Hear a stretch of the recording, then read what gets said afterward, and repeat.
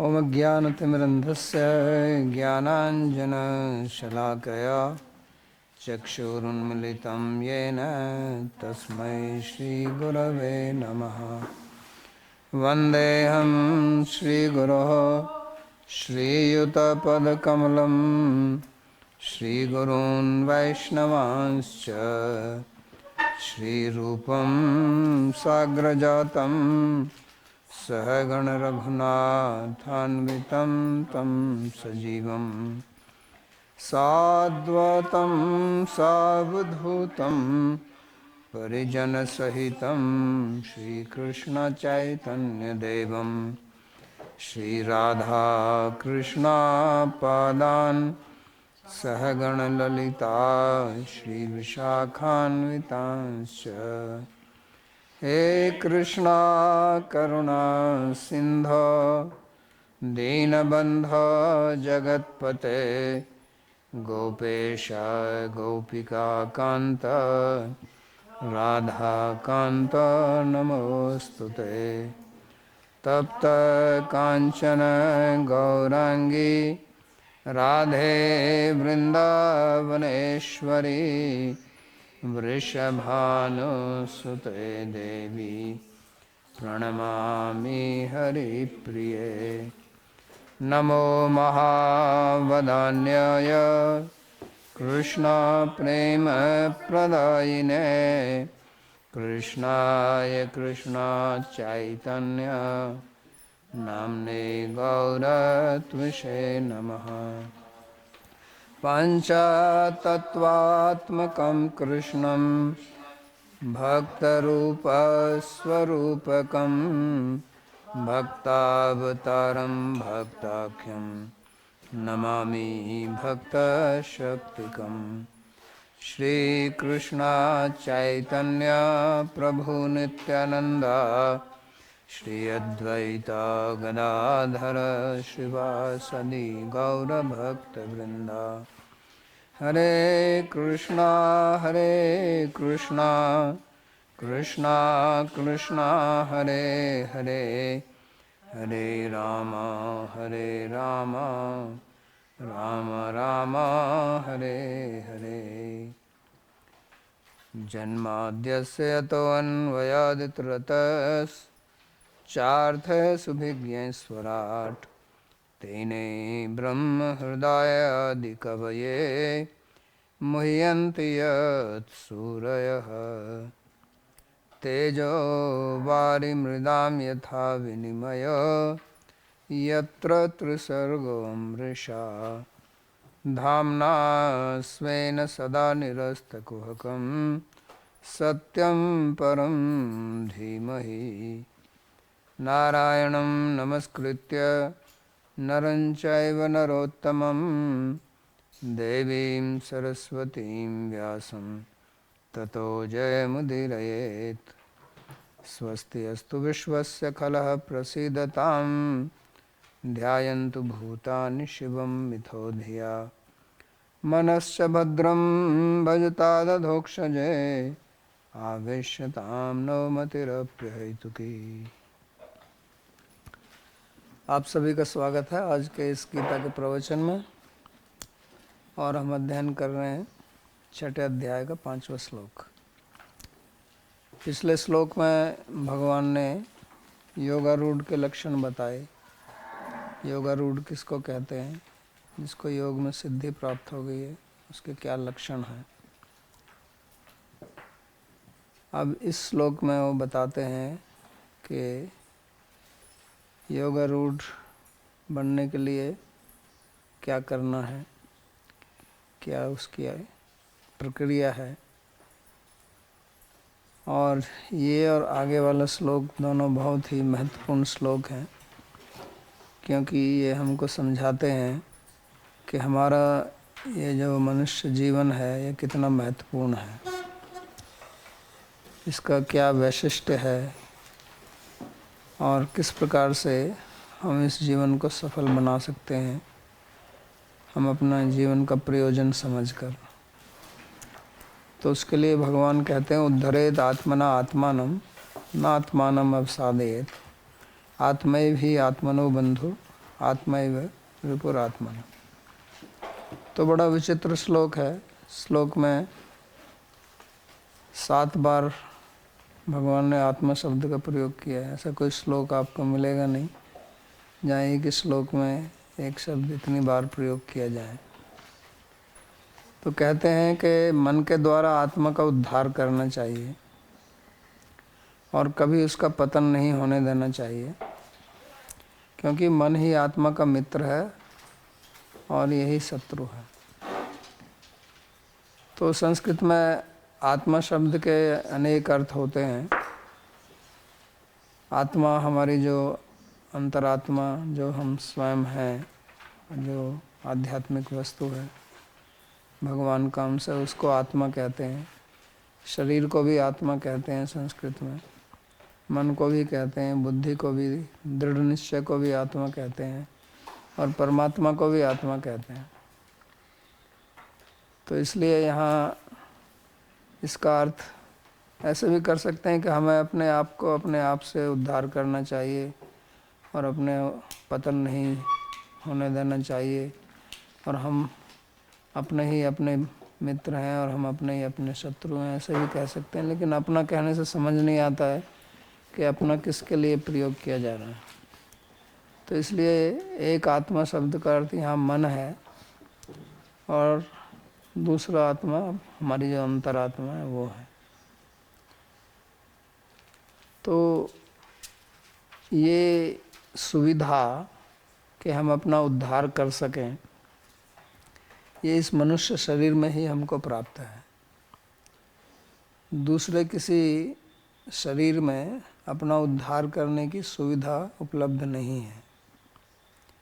तो ये बहुत बड़ा वैशिष्ट्य है इस मनुष्य जीवन का जो हमको अभी प्राप्त है। क्योंकि जो दूसरे पशु पक्षी हैं वो जिस प्रकार से पैदा होते हैं, जिस स्वभाव को लेकर वो पैदा होते हैं, उसी स्वभाव से जीते हैं और उसी स्वभाव से मरते हैं। उसमें वो कुछ परिवर्तन नहीं कर सकते। जैसा उनका गुण धर्म शरीर के अनुसार होता है, उसी से उनका खान पान, जीवन और प्रजनन चलता रहता है। तो उनके पास में ऐसी सुविधा नहीं है कि वो समझ सकें कि जीवन क्या है, जीवन का उद्देश्य क्या है और हम कैसे प्रसन्न रह सकते हैं और ये संसार किस लिए बना है। ये सब विचार करने की शक्ति उनमें नहीं है, क्योंकि उनका जो मन है वो विकसित नहीं हुआ है। उनका मन केवल इतना ही है कि अपना वो शरीर का योगक्षेम किस प्रकार से चला सकें, इतना ही वो कर सकते हैं। और उसमें भी कोई परिवर्तन नहीं कर सकते हैं। जैसा भोजन उनके शरीर के लिए अनुकूल है, जो प्रकृति ने बनाया है, वही भोजन करेंगे। लेकिन मनुष्य के पास में ये सुविधा है कि वो कुछ भी खा सकता है और कुछ भी कर सकता है। वो अपने आप को समझ सकता है, विद्या प्राप्त कर सकता है और हम एक दूसरे से बात कर सकते हैं, अपने विचारों को दूसरे के सामने प्रकट कर सकते हैं, अपने ज्ञान को दूसरों से को दे सकते हैं और दूसरों से ज्ञान ले सकते हैं। और इसलिए मनुष्य समाज की उन्नति हुई है, क्योंकि जो एक व्यक्ति कुछ बनाता है, अनुसंधान करता है, तो आगे वाली पीढ़ी उस पर कुछ और सुधार कर सकती है। आज जो आधुनिक जो विज्ञान है, तकनीकी है, तो इसने तरक्की इसी प्रकार की है कि पहले एक वैज्ञानिक कुछ विचारधारा लाता है, कुछ अनुसंधान करता है, उसके बाद में दूसरा आता है तो उसमें कुछ सुधार करता है। लेकिन पशुओं के पास में ऐसी सुविधा नहीं है। तो जिस प्रकार से पशु 1000-2000 साल पहले, 20,000, 50,000, लाखों वर्ष पहले जैसे वो रहते थे, ऐसे ही अभी रहते हैं। लेकिन मनुष्य के जीवन में कितना सुधार हो गया है। हमारे जो जीवन विकास वाली जो विद्या है, उसमें वो बताते हैं कि पहले हम जंगलों में रहते थे, हंटर गैदरर, और पशुओं को मार के खाते थे, लेकिन आज जीवन उससे कितना बदल गया है। तो ये जो बदलाव आया है ये इसलिए आया क्योंकि हमारे अंदर ज्ञान प्राप्त करने की शक्ति है और ज्ञान को आगे देने की भी शक्ति है, क्योंकि हमारे अंदर भाषा है, हम भाषा का प्रयोग कर सकते हैं। तो इसलिए उसी बात को यहाँ भगवान बता रहे हैं कि वास्तव में ये जो हमको सुविधा मिली है इसका उद्देश्य क्या है। क्या इसका उद्देश्य इतना ही है कि हम पशुओं से भिन्न प्रकार की जीवन शैली बिताएं, लेकिन उसके बाद में फिर क्या होगा, मरने के बाद में तो फिर वही स्थिति रहेगी और मरने के बाद में हम दोबारा से पशु भी बन सकते हैं। तो इसलिए वो कहते हैं कि उद्धरेद आत्मना आत्मानम, कि अपने मन से अपना उद्धार कीजिए। और उद्धार करने का मतलब क्या है, जो पिछले श्लोक में उन्होंने बताया था कि सर्व संकल्प सन्यासी योगारूढ़स्तदोच्यते, कि किस प्रकार से आप योगारूढ़ बन सकते। तो योगारूढ़ बनकर आप अपना कल्याण कर सकते हैं, और यही वास्तव में जीवन का उद्देश्य है। तो भगवान श्री कृष्ण भी ये बात उद्धव को कहते हैं, इसमें कहते हैं निर्देहम आद्यम सुलभम सुदुर्लभम प्लवम सुकल्पम गुरुकर्णधारम मया अनुकूलेन नभस्वतैरितम पुमान न तरेत स आत्महा। कहते हैं कि ये जो मनुष्य का जीवन है ये बहुत दुर्लभ है। तो शास्त्रों के अनुसार वो कहते हैं कि 84 लाख योनियां हैं, तो मनुष्य जीवन भी उनमें से, वैसे तो 400,000 बताते हैं मनुष्य योनियां, लेकिन मनुष्य जीवन प्राप्त करना आसान नहीं है। देवता लोग भी आकांक्षा करते हैं कि हमको मनुष्य जीवन मिले, क्योंकि देवता लोग भी अपना उद्धार नहीं कर सकते हैं। ये उद्धार करने की सुविधा के मनुष्य जीवन में ही है, देव योनि में भी नहीं है। इसलिए वो भी चाहते हैं कि उनको कभी मनुष्य जीवन मिले ताकि वो अपना कल्याण कर सकें। तो ये सुदुर्लभ है, लेकिन सुदुर्लभ होते हुए भी हमको इस समय तो मिला हुआ है सुलभ।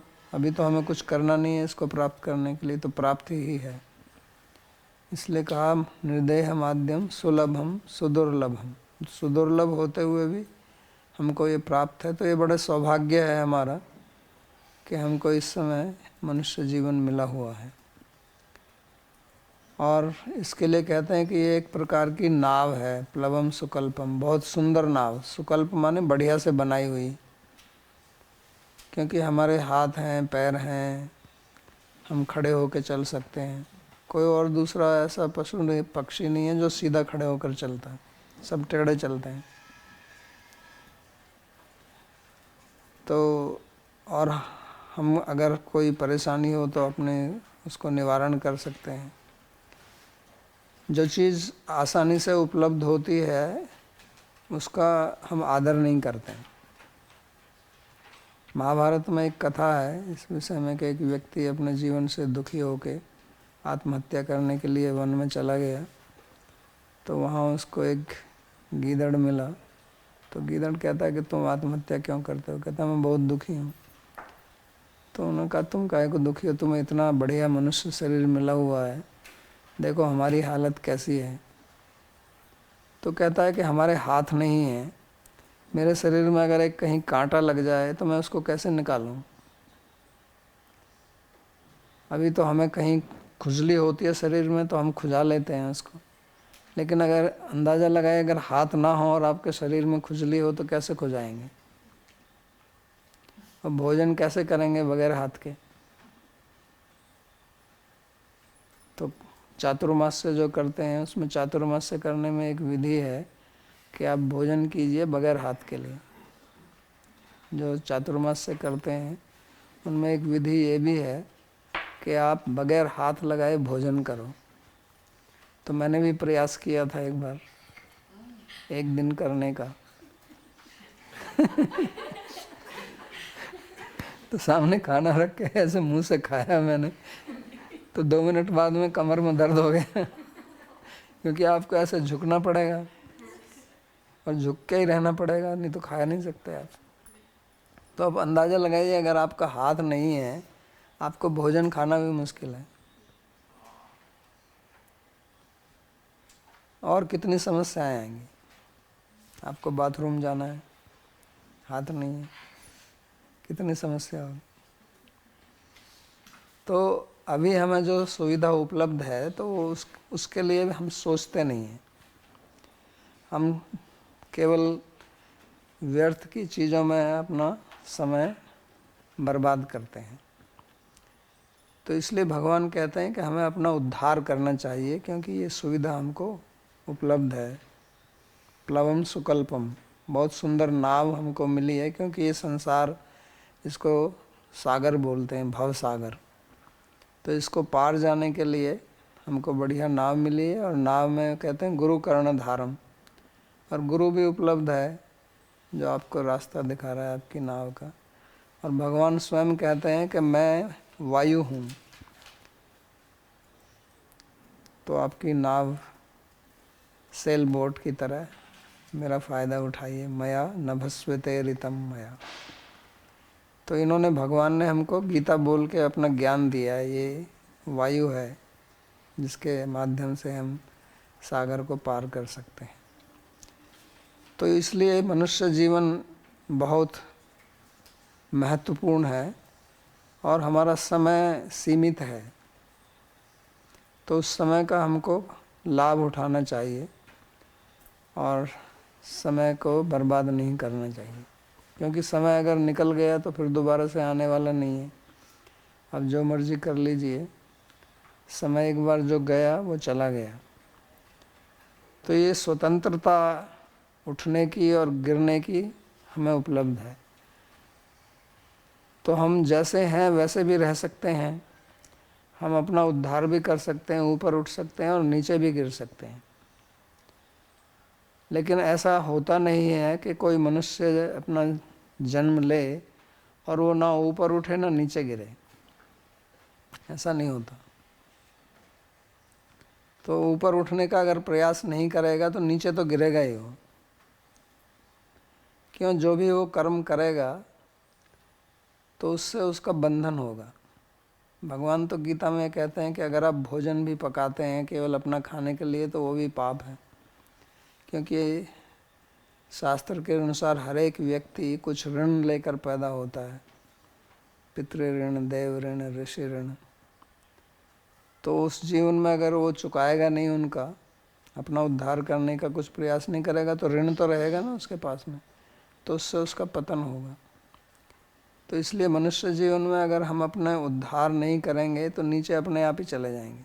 जैसे नीचे गिरने के लिए कोई प्रयास नहीं करना पड़ता, लेकिन ऊपर जाने के लिए प्रयत्न करना पड़ता है। तो इसलिए भगवान कहते हैं कि उद्धरेत आत्मना आत्मानम। और ये ऊपर गिरना, नीचे उठना, ऊपर उठना, नीचे गिरना, ये मन से होता है कि हम अपने मन का किस प्रकार से उपयोग करते हैं। तो पहली बात तो हमें ये समझनी है कि अगर हमको अपने मन से अपना उद्धार करना है तो सबसे पहले तो ये समझना है कि मैं मन नहीं हूँ। कम से कम ये तो हमें रहना पड़ेगा ना कि मैं मन नहीं हूँ। लेकिन अभी हम ये जानते हैं, लेकिन उस पर हम कार्य नहीं करते हैं। मन में कुछ होता है तो हम वैसे ही हो जाते हैं। मन में चिंता हुई तो बोलते हैं मेरे चिंता है, मेरे को बहुत चिंता हो रही है।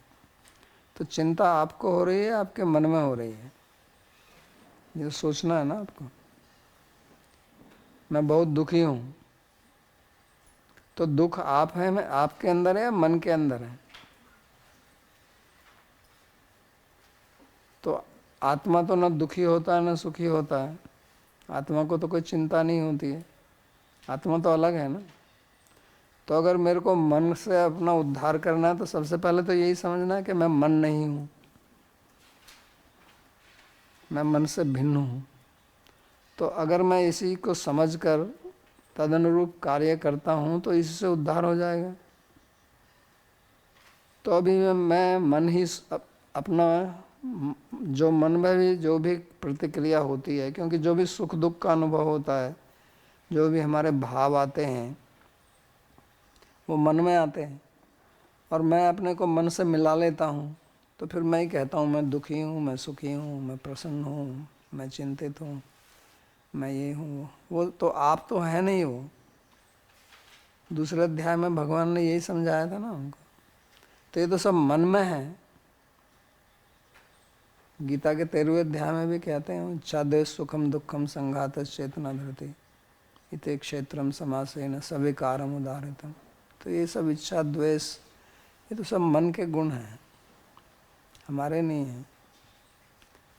तो पहले तो इस बात पर हमको दृढ़ता से विचार करना है और इसको स्मृति में रखना है कि मैं मन नहीं हूँ, और मन में जो भी कुछ हो रहा है वो उसमें मेरे में नहीं हो रहा है, वो मैं उससे अलग हूँ। और फिर उस मन का उपयोग करना है अपने आप को उठाने के लिए।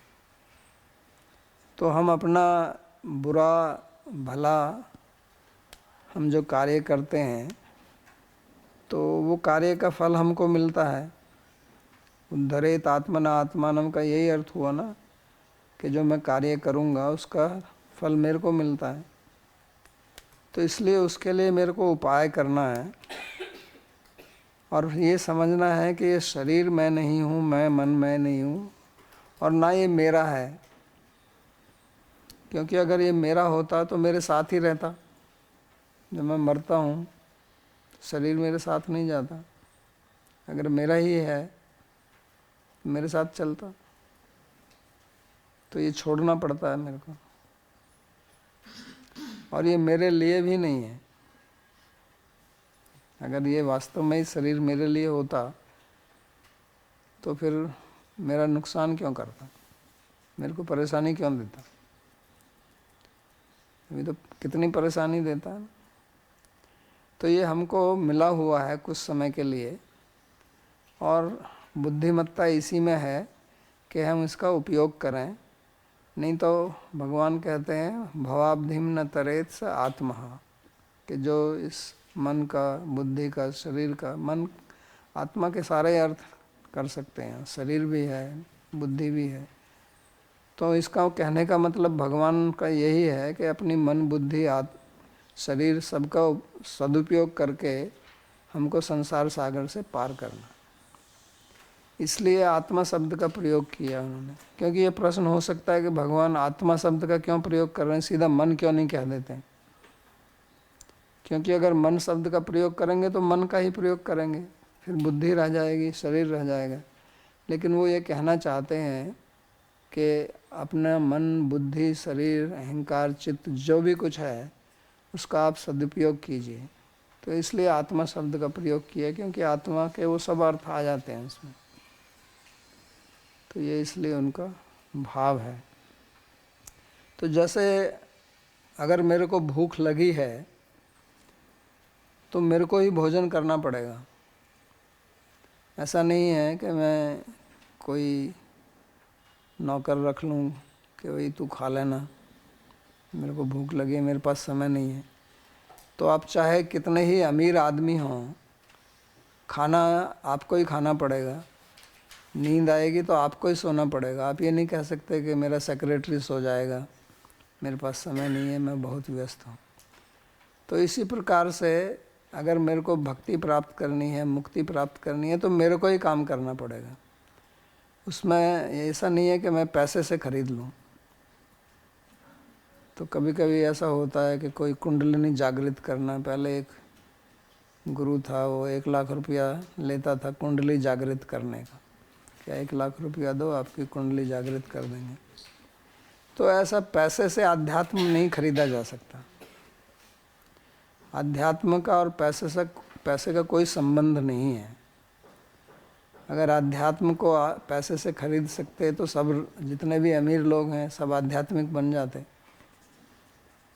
तो अध्यात्म के लिए हमको साधना करनी पड़ेगी, और ये शरीर जो है ये हमारा उपकरण है साधना करने के लिए, उसी के लिए मिला है। इस शरीर का और कोई वास्तव में उद्देश्य है नहीं, ये केवल साधना के लिए बना है।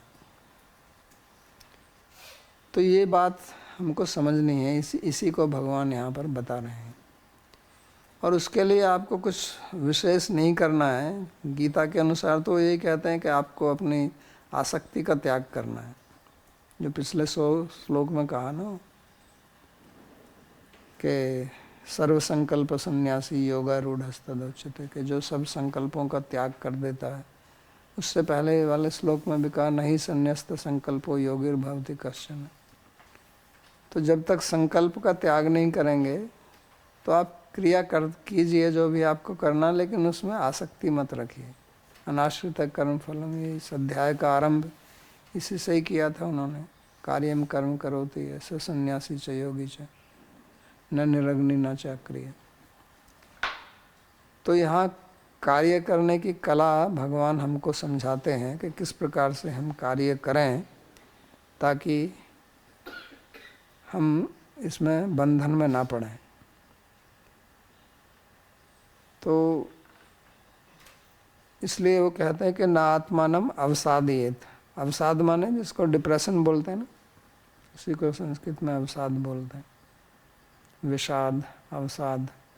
तो अवसादयेत का मतलब कि अपनी आत्मा को गिराओ मत। तो गिराने का मतलब क्या है? आत्मा का गिराना और उठाना क्या है? आत्मा तो गिर नहीं सकती है, उसमें कुछ वजन तो है नहीं कि नीचे गिर जाएगी। तो गिराने का मतलब कर्म के बंधन से उसको बांध के रखना। तो इसलिए उस मन से आसक्ति मत कीजिए। मन से ही संकल्प होता है, मन से ही आसक्ति होती है और उसी से बंधन होता है। तो ये कहते हैं कि आत्मैव ही आत्मनो बंधु आत्मैव रिपुर आत्मना। तो ये कहते हैं कि जो हमारा बंधु है वो ही हमारा शत्रु है। संसार में भी ऐसे देखते हैं ना हम, जिनको हम अपना बंधु मानते हैं, हमारा भाई, हमारे पिताजी, हमारे माताजी, हमारे बहन, हमारे पुत्र पुत्री, जो बंधु बांधव हैं, उन्हीं से शत्रुता भी होती है। वही शत्रु बन जाते हैं या वो हमको शत्रु मानने लगते हैं। तो ये सब मन से होता है। हमारा जो मन है उसी से हमारी शत्रुता होती है। वो यहाँ तो भगवान कहते हैं कि वास्तव में वो ही शत्रु है और कोई शत्रु वत्रु नहीं है। हमारा जो असली शत्रु है वो हमारा मन ही है और कोई शत्रु नहीं है।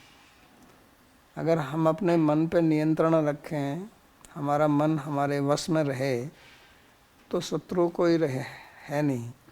तो वास्तविक शत्रु जो है वो हमारा मन है। क्योंकि जो बाहर का शत्रु है उससे तो हम सावधान हो जाएंगे कि ये मेरा शत्रु है, लेकिन मन से तो सावधान नहीं होते ना। जो हमारे अंदर ही बैठकर हमारे ऊपर घात लगा रहा है, हमारे ऊपर अस्त्र शस्त्र का प्रयोग कर रहा है, हमको फंसा रहा है। क्योंकि संकल्प मन में आते हैं और उन संकल्पों के लिए फिर हम कार्य करते हैं और फिर हम दुख उठाते हैं। शत्रु किसको कहते हैं? जो दुख देता है वो शत्रु है, जो सुख देता है वो मित्र है,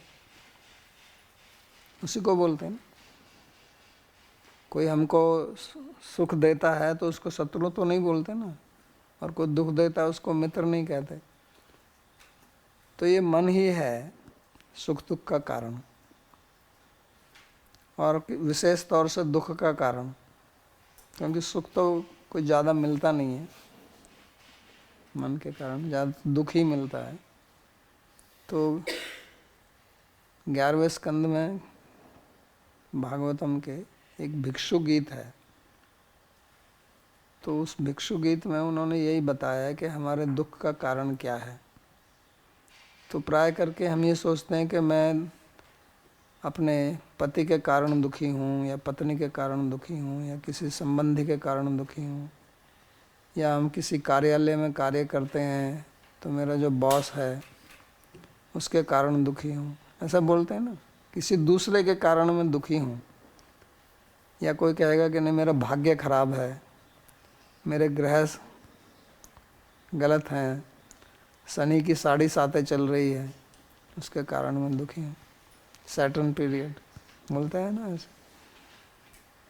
तो कोई कहता है कि नहीं मेरा समय खराब है, काल, क्योंकि काल ही सब कुछ करता है। तो वहाँ पर वो भिक्षु अपने गीत में कहते हैं, नायम जनों में सुख दुख हेतु देवता आत्मा गृह कर्म काला मनोपरम कारणम आमनंती संसार चक्रम परिवर्तये दिया। तो कहता है कि ये ना तो कोई देवता मेरा शत्रु है, ना परमात्मा मेरा शत्रु है। कभी कभी भगवान को भी लोग गाली देते हैं कि भगवान ने सब किया हुआ है। और ना कोई ग्रह मेरा शत्रु है, न मेरे काल शत्रु है, न कर्म शत्रु है। कर्म को भी कहता है कर्म भी मेरा शत्रु नहीं है। वो कहता है कि केवल मन ही शत्रु है, ना कोई व्यक्ति, ना कुछ और। क्योंकि काल कैसे दुख दे सकता है? काल तो कोई व्यक्ति नहीं है, काल तो कोई चेतन पदार्थ नहीं है, ग्रह भी चेतन पदार्थ नहीं है, तो वो कैसे दुख दे सकते हैं? तो कहते हैं मनो परम कारणम आमनंती। ये मन ही मुख्य कारण है जिसके कारण जो हमको दुख देता है, और कोई कारण नहीं। तो इसलिए भगवान कहते हैं कि यही शत्रु है। जो बाहर का शत्रु होता है, जैसे मैंने कहा, उससे तो हम सावधान हो जाते हैं। और सावधान भी ना हो, मानो बाहर का शत्रु हमारे लिए समस्याएं खड़ी करता है, तो हमको वैराग्य भी हो सकता है कि ये सब जीवन बेकार है, सब समस्या ही समस्या है, हर एक आदमी परेशानी दे रहा है मेरे को। तो आप शायद आध्यात्मिक मार्ग में भी आ जाएं। ऐसा भी होता है ना लोग। भगवान कहते हैं ना, आर्तो जिज्ञासु अर्थार्थी ज्ञानी च भर्तर्षभ चतुर्विधा भजन्ते माम जना सुकृति न अर्जुन। कि लोग दुखी होकर भी भक्ति मार्ग पर आते हैं, लेकिन मन तो आपको पता ही नहीं चलेगा कि इसके कारण मैं दुखी हूँ। तो ये कहते हैं कि ये वास्तव में असली शत्रु है, बाह्य शत्रु नहीं है। और अगर बाहर वाला जो शत्रु है, जिसको हम बाहर वाला शत्रु है उसको शत्रु मानते हैं, वही मन के कारण ही मान रहे हैं। अगर आपका मन बदल जाए तो वही शत्रु मित्र भी हो सकता है। या आप कहें कि उदासीन हो जाए उसके प्रति कि मेरे को इसको करने दो, जो करना है, मेरे को कुछ नहीं लेना। लेकिन वो शत्रु भी हमारे मन में बैठ जाता है। जैसे कंस के मन में भगवान कृष्ण बैठ गए कि मेरा शत्रु है, इसको मारना। उसको देखा भी नहीं है। जिस व्यक्ति को आपने कभी देखा नहीं, उससे आपका कोई व्यवहार नहीं हुआ, कोई बर्ताव नहीं किया, वो भी आपका शत्रु कैसे बन गया? मन के कारण है ना। उनके मन में ये बैठ गया कि ये व्यक्ति मेरे को हानि पहुंचाएगा, मेरी हत्या करेगा। यही था ना, क्योंकि वाणी हुई कि 8वां पुत्र मारेगा, तो उसको शत्रु मान लिया। तो मन से ही माना ना, बाद में मरना ही पड़ा, कुछ हुआ नहीं उसका। लेकिन पूरा जीवन परेशान रहा वो, उठते बैठते खाते सोते उसको कृष्ण ही दिखाई देता था।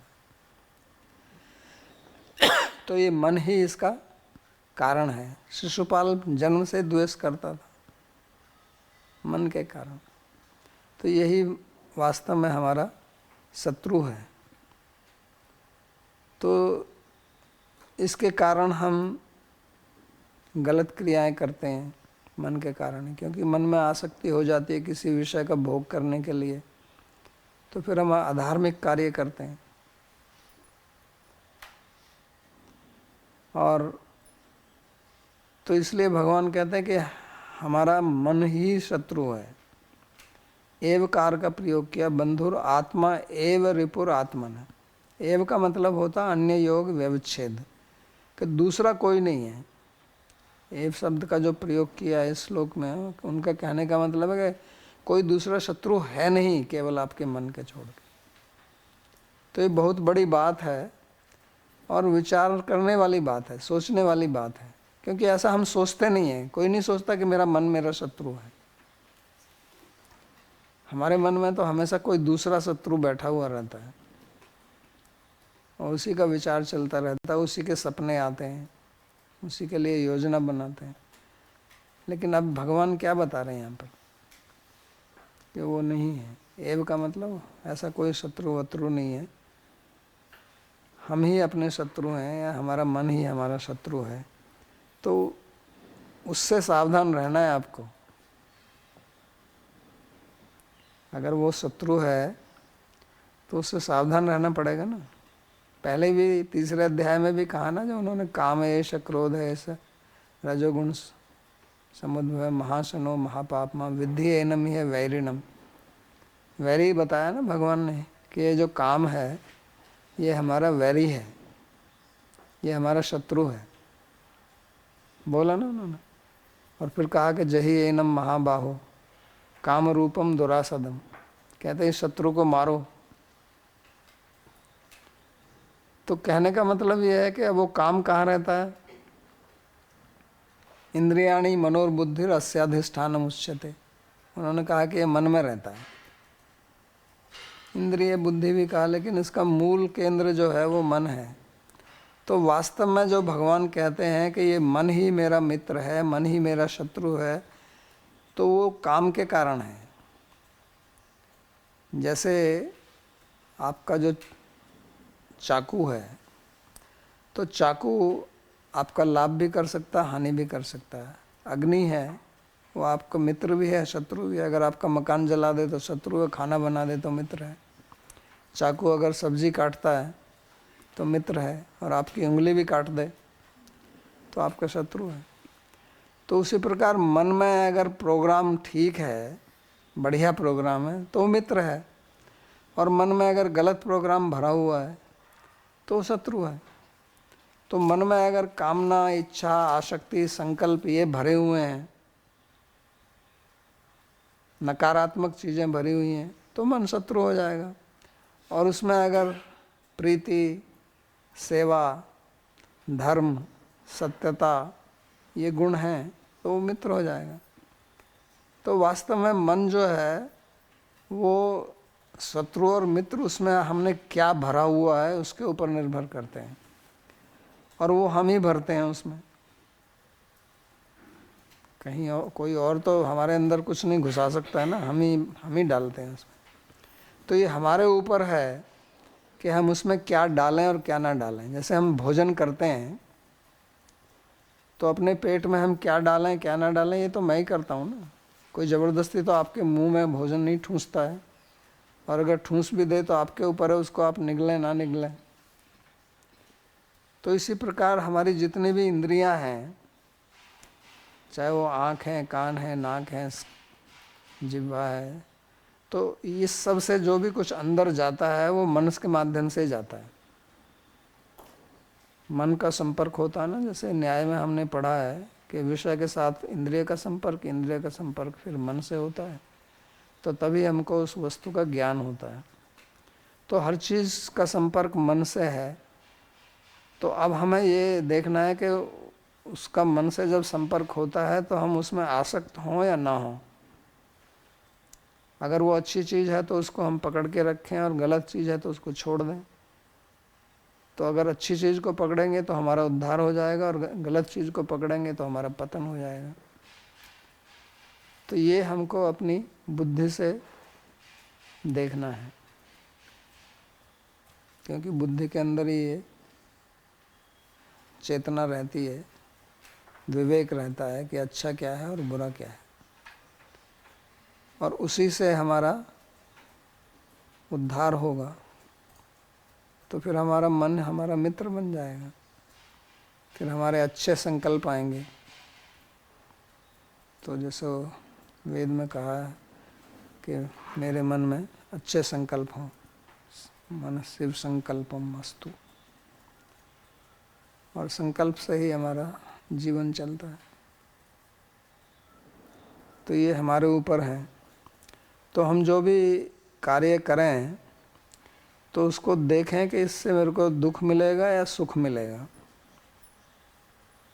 कोई विचार भी आए तो उसको पकड़ कर बैठना मत बैठिए, क्योंकि उससे पहले देखो कि इस विचार से मेरे को सुख मिलेगा या दुख मिलेगा। हम जो भी बोलते हैं उससे भी देखें कि इससे मेरे को सुख मिलेगा या दुख मिलेगा। नहीं तो हम अपनी भाषा से, बोलने से भी दुख पैदा करते हैं।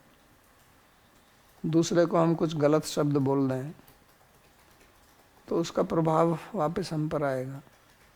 हम किसी को गाली देते हैं तो उससे लगता है कि हमने कुछ बहुत अच्छा कार्य कर लिया, लेकिन उसका प्रभाव हमारे ऊपर भी आएगा। गाली जब दूसरों को देते हैं तो पहले तो गाली अपने मन में ही आती है ना, तो पहले वो हमारे मन को अशुद्ध करती है, अशुद्धि लाती है। तो ऐसा कई बार आपने भी सुना होगा कि कलयुग में केवल गलत विचार करने से कुछ नहीं होता, जब कार्य करते हैं तभी होता है। अगर कुछ पाप कर्म की इच्छा मन में आती है तो उसका फर्क नहीं पड़ता। ऐसा नहीं है, हमारा मन तो अशुद्ध होता है ना उससे। तो इसलिए हमको हमेशा ये देखना है कि जो भी मैं कार्य कर रहा हूँ या विचार या सोच रहा हूँ, उससे मेरा सुख होगा या मेरा दुख होगा, तो ये मेरे ऊपर है। भगवान बुद्ध एक बार जा रहे थे, और क्योंकि वो बहुत प्रवचन करते थे, और जो प्रवचन करेगा उसके कुछ मित्र बनेंगे, कुछ शत्रु भी बनेंगे। बहुत युवा लोग उनके सन्यासी बन गए, तो काफ़ी लोग उससे दुखी भी हुए। उनके जिन माँ बाप जिनके युवा पुत्र छोड़कर सन्यासी बन रहे हैं, बुद्ध के अनुयायी बन रहे हैं, तो वो दुखी भी होते थे उनसे, उनको गाली देते थे। तो एक बार वो जा रहे थे, उनके साथ में आनंद चल रहा था, उनका जो भाई था। तो कोई व्यक्ति आया और वो व्यक्ति आके बुद्ध को गाली देने लगा। तो भगवान बुद्ध एकदम शांत रहे, मौन, कुछ नहीं कहा उन्होंने। वो आदमी गाली देते चला गया। तो आनंद जो उनके साथ में था, उनको थोड़ा गुस्सा आया। तो उन्होंने कहा कि भगवान, अगर आप मेरे को अनुमति दें तो मैं इसको ठीक कर दूं, इसकी थोड़ी पूजा कर दूं मैं। तो बुद्ध हंसने लगे। तो आनंद ने पूछा कि आप हंस क्यों रहे हो? ये आदमी गाली दे रहा है और मैं चाहता हूँ कि मैं इसका प्रतिरोध करूँ, इसको पाठ पढ़ा दूँ मैं अभी, और आप हंस रहे हैं। तो उन्होंने बहुत अच्छी बात कही, बहुत विचारणीय है। देखो, जो बुद्ध व्यक्ति होते हैं उनकी विचारधारा कैसी रहती है। जो भगवान ने कहा ना, योगारूढ़, जो राग द्वेष से ऊपर उठे हुए होते हैं, उनकी विचारधारा कैसी रहती है। तो उन्होंने ये कहा आनंद को, बुद्ध ने, कि तुम महाबुद्धू हो। सबसे पहले उन्होंने ये कहा कि तुम महाबुद्धू हो। तो वो चौंक गया, कहता है अरे ऐसा क्यों बोल रहे हैं, मैं तो इसका प्रतिरोध करना चाहता हूँ जो गाली देता है। कहता है कि ये व्यक्ति गलती कर रहा है और इसकी गलती पर आप अपने आप को क्यों सज़ा देना चाहते हो? गलती ये करता है और सज़ा तुम दे रहे हो अपने आप को। तो उन्होंने कहा कि मैं समझा नहीं आपकी बात को। कहता गाली ये आदमी दे रहा है और क्रोध तुम कर रहे हो। तो तुम क्रोध कर रहे हो तो तुम अपने आप को सज़ा दे रहे हो, नहीं दे रहे हो? क्योंकि जब तुम क्रोध करते हो तो तुम्हारे शरीर में कितने विकार पैदा होते हैं। तो तुम क्यों अपने आप को सजा दे रहे हो? तो ये मूर्खता है। अरे ये गाली देने के बाद ये कितनी गाली देगा? अगर हम कुछ बोलेंगे नहीं तो कब तक गाली देता रहेगा? ये चला जाएगा। हमने सुन लिया, मैंने पहले ही पिछले पूर्व जन्म में कुछ इसका किया होगा, इसलिए गाली दे रहा है बेचारा, अपना बदला ले रहा है। तो ये कितनी विचारणीय बात है और शिक्षाप्रद बात है, क्योंकि हम इसी प्रकार के पेशकश में पड़े रहते हैं। किसी ने कुछ कह दिया, फिर पूरा दिन हमारा खराब हो गया। दिन नहीं, रात भी। रात को नींद भी नहीं आएगी कि उसने ऐसा कह क्यों दिया, और उसका मैं ये ऐसा करूँगा, मैं ये बोलूँगा, वो करूँगा। तो उन्होंने कहा इसने बोला, थोड़ी आवाज़ कान में आई, सुन लिया, अब आगे चलो। उसको पकड़ते क्यों हो तुम? इस व्यक्ति से मेरा कोई लेना देना नहीं है। पूर्व जन्म का कुछ रहा होगा, मैंने तो इसका कुछ बिगाड़ा नहीं है, लेकिन इसको ऐसे लगता है तो ये अपनी प्रतिक्रिया दिखा के चला जाएगा। और अगर मैं भी प्रतिक्रिया अगर दिखाऊं तो फिर हमारा खेल चालू हो जाएगा, पिंग पोंग का, टेबल टेनिस। फिर ये मेरी तरफ बॉल फेंकेगा, मैं इसकी तरफ फेंकूंगा, ये मारेगा, फिर मैं मारूंगा, और इसी तरह से हम कर्म के बंधन में पड़े रहेंगे। तो अब ये मैंने इसका कर्म जो है वो समाप्त कर दिया। मैं इस कर्म की श्रृंखला को आगे नहीं बढ़ाना चाहता हूँ, ये मैंने यहीं रोक दी इसकी श्रृंखला को। तो इस तरह से हम अपने मन को अगर नियंत्रण में रखें तो हमारा जीवन शांत रहेगा। क्योंकि जीवन में प्राय करके हम प्रतिक्रियाएं करते हैं, क्रिया कम प्रतिक्रिया ज़्यादा। क्रिया भी करते हैं लेकिन ज़्यादातर हम प्रतिक्रिया ही करते रहते हैं। तो हम अपने मन को शत्रु ना बनाएं, अपने मन को मित्र बनाएं, ये हमारे हाथ में, और ये हमको ही करना पड़ेगा। इसके पीछे कोई दवा नहीं है, कोई इंजेक्शन नहीं है कि आप गोली खा लें, ब्लिस, फिर आप आनंद में झूमते रहें, वो होने वाला नहीं।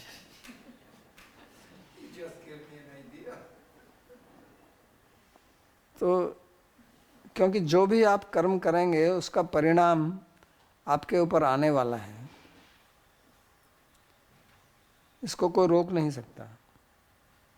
तो हम जो भी कर्म करते हैं वो उस कर्म का फल जो है वो आएगा। तो हम कर्म ऐसा भी कर सकते हैं जिससे मेरा उद्धार हो, मेरे को सुख मिले और दूसरे को भी सुख मिले। हम ऐसा भी कर्म कर सकते हैं कि मेरे को सुख मिले और दूसरे को दुख मिले। हम ऐसा भी कर्म कर सकते हैं कि मेरे को सुख मिले और दूसरे को ना सुख मिले ना दुख मिले। हम ऐसा भी कर्म कर सकते हैं कि मेरे को दुख मिले और दूसरे को सुख मिले। ऐसा भी कर्म कर सकते हैं कि मेरे को दुख मिले, दूसरे को भी दुख मिले। और ऐसा भी कर्म कर सकते हैं कि मेरे को दुख मिले और दूसरे को कुछ ना मिले। तो अब देखना हमको ये है कि मेरे को किस में लाभ है। क्या मैं ऐसा कर्म करना चाहता हूँ कि मेरे को भी दुख मिले, दूसरे को भी दुख मिले? तो प्राय करके हम ऐसे ही कर्म करते हैं, प्राय करके हम ऐसे ही कर्म करते हैं कि दूसरों को भी दुखी करते हैं और उससे हम खुद भी दुखी होते हैं। लेकिन कर्म हमको ऐसे करने चाहिए कम से कम कि हम दूसरे को ना दुखी करें और हम स्वयं सुखी रहें। और हम भी अगर सुखी ना हो, कम से कम दूसरे को दुखी ना हो, उससे भी सुखी मिलेगा हमको। तो हम अपना भलाई स्वयं में कर सकते हैं, और दूसरे की बुराई अगर हम करेंगे, दूसरे को हम दुख देंगे, तो हम स्वयं के लिए दुख के बीज बो रहे हैं। तो उसके लिए भगवान यहाँ पर कहते हैं कि ये आत्मा ही आपका बंधु है। बंधु क्यों है आत्मा? क्योंकि ये आपको भवबंधन से मुक्त करा सकता है। दूसरे जो बंधु हैं, आत्मा ही बंधु है और दूसरे बंधु नहीं है कि आत्मा एव ही आत्मनो बंधु। 2 बार भगवान ने एव का प्रयोग किया है। कहते हैं आत्मा, मन ही बंधु है और मन ही शत्रु है। बंधु भी मन ही है। कहने का मतलब क्या हुआ कि दूसरे बंधु नहीं है। तो दूसरे बंधु क्यों नहीं है? क्योंकि वो तो बंधन में डालते हैं। दूसरे जितने भी जिनको आप बंधु कहते हो वो आपको बंधन में डाल रहे हैं, लेकिन मन जो है आपको बंधन से मुक्त करा सकता है। जैसा भगवान कहते हैं कि भवाब्धिम न तरेत से आत्मा। तो इसलिए असली बंधु हमारा मन ही हो सकता है अगर हम उसका सदुपयोग करें तो, और कोई बंधु नहीं है। वो समाज में व्यवहार के लिए सब बंधु हैं, मित्र हैं, चलता है, वो करना पड़ेगा, लेकिन अंदर समझ के रखिए उसको। ये उपदेश भगवान यहाँ पर दे रहे हैं। फिर दूसरा श्लोक बोलते हैं, 6वां वाला। तो उसमें वो बताते हैं कि कैसे एक ही मन शत्रु और मित्र कैसे हो सकता है, उसकी क्या प्रक्रिया है। मन शत्रु भी है, मित्र भी है आपने कहा, तो शत्रु कब है, मित्र कब है? क्या दोनों एक साथ है क्या? या अलग अलग समय पे है, सुबह शत्रु है, शाम को मित्र है, क्या ऐसा है क्या? ऐसा नहीं। तो उसके लिए भगवान कहते हैं बंधुरात्मा आत्मनस्तस्य येनात्मैवात्मना जितः अनात्मनस्तु शत्रुत्वे वर्तेतात्मैव शत्रुवत्। जिसने बुद्धि से अपने मन को जीत लिया है, विशेष रूप से उसके लिए मन मित्र है, परंतु जिसका मन वश में नहीं है, उसका मन ही शत्रु की तरह विरुद्ध व्यवहार करता है। तो ये मन शत्रु और मित्र कब है, किस स्थिति में है, उसके लिए भगवान कहते हैं कि अगर आपका मन आपके नियंत्रण में है, और वो नियंत्रण में बुद्धि से होगा, आत्मना आत्मना बंधुरात्मा आत्मनस्तस्य येन आत्मैव आत्मना जिता। तो वो मन जो है फिर हमारा मित्र हो जाएगा। हम इस दुनिया में बहुत चीज़ों को जीतने का प्रयास करते हैं, दूसरों को जीतना चाहते हैं। पहले बहुत बड़े बड़े राजा हुए जो चक्रवर्ती सम्राट कहलाते थे, विश्व जीत, पूरे संसार को जीतना। लेकिन जब तक आपने अपने आप को नहीं जीता तो आपने कुछ भी नहीं जीता। तो हिंदी में एक कहावत है, मन जीते जग जीत, कि अगर आपने मन को जीत लिया तो आपने संसार को जीत लिया। तो जब अलेक्जेंडर भारत में आया था तो उसके गुरु ने कहा था कि वहाँ किसी योगी से मिलना। उन्होंने सुना था यूनान में कि भारत में योगी हैं, और अगर एक अच्छा योगी मिल जाए तो उसको लेके आना, क्योंकि हम तो वहाँ नहीं जा सकते हैं, लेकिन योगी को देखें। तो अलेक्जेंडर ने अपने मंत्री को भेजा कि किसी योगी को ढूंढो। तो उन्होंने पता लगाया तो एक योगी मिला, गांव में बैठा हुआ था पेड़ के नीचे। तो उसके मंत्री ने कहा कि आपको सम्राट बुलाते हैं। तो उन्होंने कहा कौन सम्राट? ये सम्राट कहाँ से आ गए? कि वो अलेक्जेंडर। कि कहाँ से है? कि वहाँ से आया हूँ। कहता अरे वो तो भिखारी है। तो उसको बड़ा गुस्सा आया, कहता हमारे सम्राट को भिखारी कैसे कहते हैं? बोलो सम्राट तो हम हैं। वो कहाँ का सम्राट? तो हम तो नहीं जाएंगे, अगर उनको इच्छा है तो हमसे आकर मिले यहाँ पर। तो उसको बड़ा आश्चर्य हुआ कि इसके पास में कुछ नहीं है, पेड़ के नीचे बैठा हुआ अपने को सम्राट बोलता है, और हमारा अलेक्जेंडर इतना महान, द ग्रेट जिसको कहते हैं, और उसको ही भिखारी बोलता है। तो उन्होंने जाके बोला उनको। तो अलेक्जेंडर को भी लगा कि ये तो बड़ी आश्चर्य की बात है, कौन है ऐसा व्यक्ति और किसने उसकी हिम्मत कैसे हुई ऐसे बोलने की, मैं भी देखना चाहता हूँ। तो वो भी देखने के लिए गया। तो उनकी बातचीत हुई। उन्होंने पहले अपना रौब दिखाया, गुस्सा दिखाया, तलवार निकाली। तो वो शांत चित्त बैठा रहा। कहता तुम काहे बात के सम्राट हो? तुम्हारा अपने मन के ऊपर नियंत्रण नहीं है, तुम जरा सी बात पर क्रोधित हो रहे हो, तुम काहे के सम्राट हो? और तुम तो भिखारी हो जो इतनी दूर से यहाँ तक आए हो। अगर तुम सम्राट होते तो अपने महल में रहते, तुम यहाँ भूखे मरते, इतने लड़ाई करते हुए घूम रहे हो, इसका मतलब तुम्हारी बहुत आकांक्षा है, तुम तो भूखे हो। और हमें देखो, हम पेड़ के नीचे बैठे हुए, हम मस्त हैं। तो सम्राट तुम हो या हम हैं? तो अलेक्जेंडर को बात समझ में आई। तो कहने का मतलब है कि अगर मैंने अपने मन को नहीं जीता है तो मैं भिखारी हूँ, क्योंकि मेरा मन फिर कुछ ना कुछ इच्छाएं पैदा करता रहेगा। और भिखारी का मतलब जिसकी इच्छा है कुछ प्राप्त करने की, वही तो भिखारी है ना, जो मांगना चाहता है, मेरे को ये भी दे दो, मेरे को ये दे दो। तो मन जो है वो मांगता ही रहेगा, तो भिखारी बना रहेगा। तो इसलिए भगवान कहते हैं कि जिसने अपने मन को जीत लिया वही वास्तव में, उसी के लिए वो मन वास्तव में उसका मित्र है। क्योंकि अब वो भिखारी नहीं रहा, अब उसको ये नहीं भगाएगा कि तुम वहाँ चलो, यहाँ चलो। तो मनुष्य कहाँ कहाँ भागता रहता है मन की आकांक्षाओं को पूर्ति करने के लिए, और वो कभी पूरी होती नहीं है, क्योंकि मन का स्वभाव ही है नई नई इच्छाएं पैदा करना।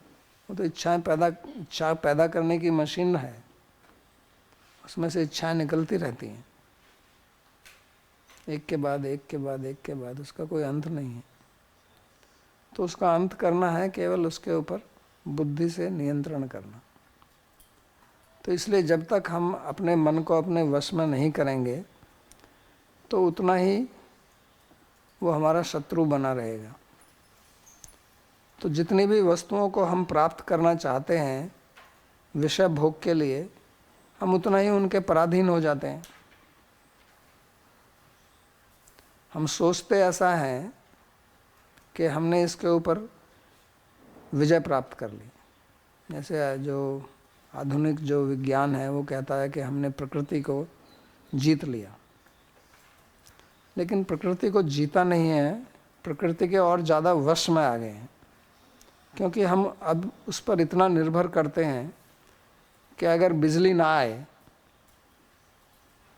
मानो 1 महीना बिजली नहीं आती है, तो पूरा संसार ठप हो जाएगा। आपकी कोई फ्लाइट नहीं आएगी, आपका बैंक काम नहीं करेगा, आपकी कार भी नहीं चलेगी।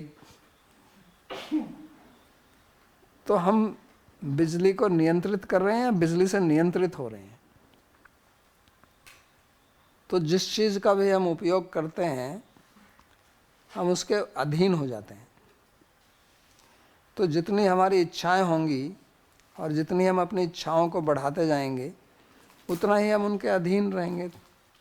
और हम बनना स्वतंत्र चाहते हैं, तो स्वतंत्रता कहाँ पर रहेगी? तो अगर हमको स्वतंत्र होना है तो हमको विषय भोग में आसक्ति त्यागनी पड़ेगी। और जब तक हम आसक्ति नहीं त्यागते हैं तब तक ये चलता रहेगा और हम उसी बंधन में पड़ते रहेंगे और हम अपनी मन की इच्छाओं को पूर्ति करने के लिए दौड़ते रहेंगे। तो दूसरों को भी हम जीतना चाहते हैं। हम वस्तुओं पर ही केवल अपना आधिपत्य नहीं जमाते, हम व्यक्तियों पर भी आधिपत्य जमाना चाहते हैं कि ये मेरी बात मानकर चले। सब यही चाहते हैं ना कि मेरी पति मेरा पत्नी जो भी है वो मेरे अनुसार काम करे। तो वो तो कभी होने वाला नहीं है, क्योंकि उनका अपने मन वश में नहीं है। तो वो आपके वश में कैसे हो जाएंगे?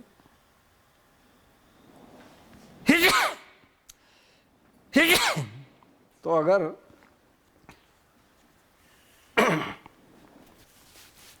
मेरे को आपके लिए कार्य करना है तो मेरा मन मेरे वश में होगा तभी तो कर सकता हूँ ना। अगर मेरा मन मेरे वश में नहीं है तो मैं दूसरों की सेवा कैसे कर सकता हूँ? संभव नहीं है। तो दूसरों पर आधिपत्य कभी संभव ही नहीं है, क्योंकि उनका मन उनके नियंत्रण में नहीं है। और दूसरों पर अगर मेरे को आधिपत्य जमाना है, वश में करना है, तो वास्तव में मेरे को केवल वो प्रेम से ही संभव है। भगवान जो कि सर्वतंत्र स्वतंत्र हैं, वो भी प्रेम से परतंत्र हो जाते हैं। अहम भक्त पराधीनो ही अस्वतंत्र इवद्विज। लेकिन हम दूसरों को अपने शक्ति से, बल से अधीन करना चाहते हैं और वो कभी होता ही नहीं है। तो अगर हमको दूसरों को भी अपने अधीन में करना है तो वो केवल प्रेम से ही हो सकता है। और प्रेम से कहने का मतलब है कि हमको उनकी सेवा करनी पड़ेगी, ना कि हम दूसरों से सेवा लेना चाहते हैं। और हम अगर दूसरों की सेवा करेंगे तो हमको अपना मन हमारे नियंत्रण में होना चाहिए। तो अंत में बात जो है वो अपने मन को नियंत्रित करने पर ही आती है। इसलिए श्री चैतन्य महाप्रभु कहते हैं कि जो सबसे बड़ा पुरुषार्थ है वो प्रेम है। क्योंकि जो सबसे महास्वतंत्र व्यक्ति है उसको भी नियंत्रित करता है, और उसमें आपका मन जो है वो स्वतः ही नियंत्रित हो जाता है। तो इसके लिए भगवान कहते हैं कि मन ही आपका मित्र, मन ही आपका बंधु।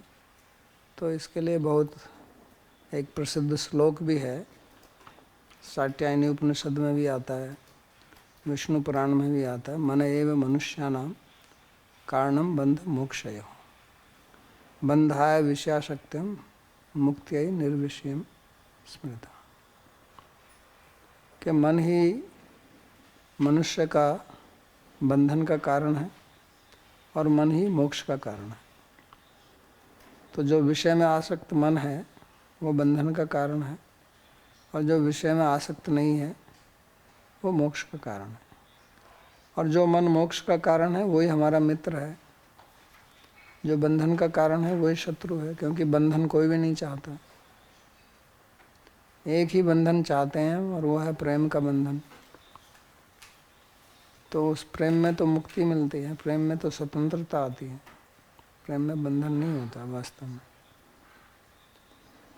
तो हालांकि यहाँ पर प्रेम का प्रकरण नहीं चल रहा है, प्रकरण यहाँ योग का है, लेकिन भगवान उसमें भी बता रहे हैं कि वास्तव में जो असली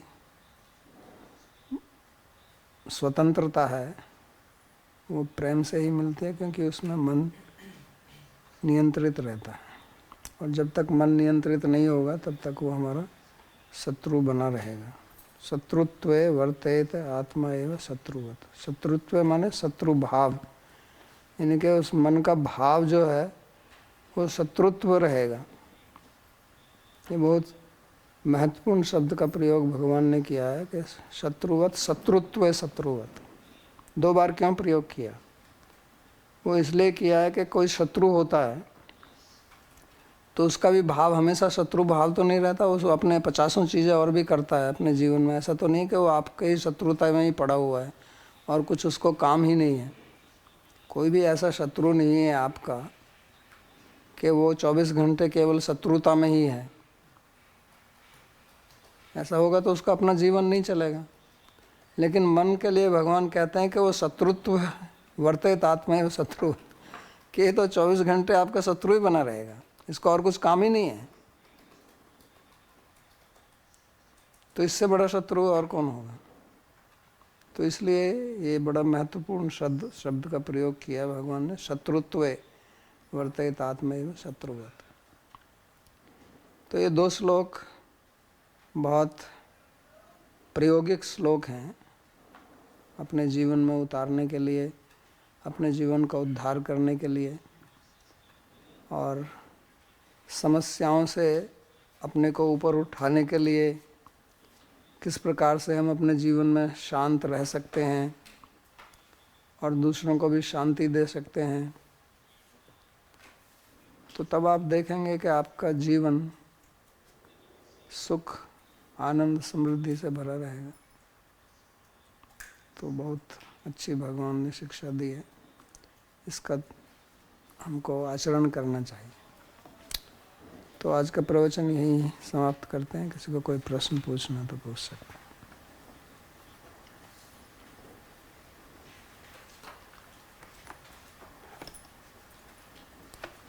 प्रार्थना श्लोक, कोई प्रश्न नहीं है तो।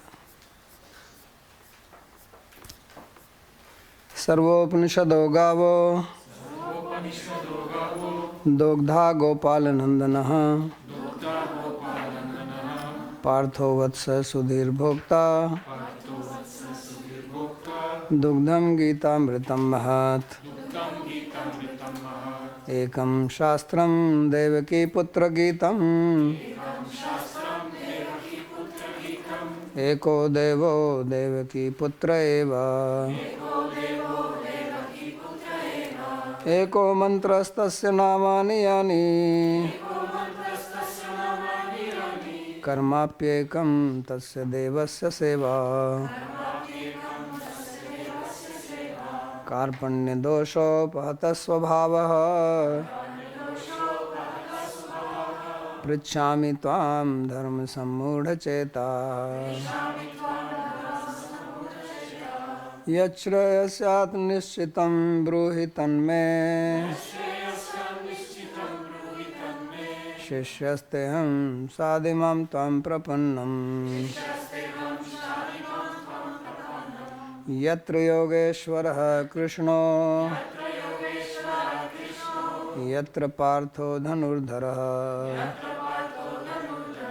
तत्र श्रीर्विजयो ध्रुवा नीतिर्मतिर्मम। कृष्णाय वासुदेवाय देवकीनन्दनाय च नन्दगोपकुमाराय गोविन्दाय नमो नमः। नमः पंकजनाभाय नमः पंकजमालिने नमः पंकजनेत्राय नमस्ते पंकजांघ्रये। भवे भवे यथा भक्तिः पादयोस्तव जायते तथा कुरुष्व देवेश नाथस्त्वं नो यतः प्रभो। नाम संकीर्तनं यस्य सर्वपाप प्रणाशनं प्रणामो दुःखशमनस्तं नमामि हरिं परम्। हरि ओम तत्सत्।